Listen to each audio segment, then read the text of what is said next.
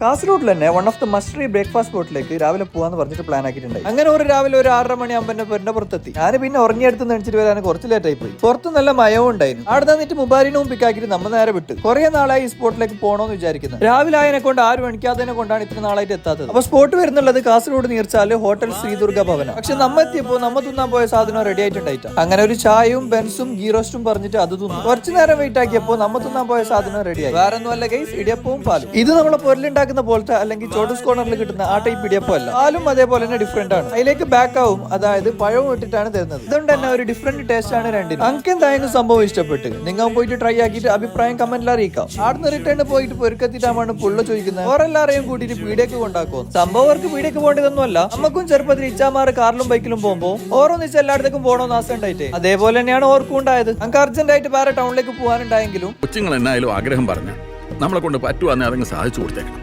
വലുതായ പിന്നെ കൊച്ചുങ്ങൾക്ക് ചെറിയ ചെറിയ ആഗ്രഹങ്ങളൊന്നും ഉണ്ടാകുകയല്ലടാ.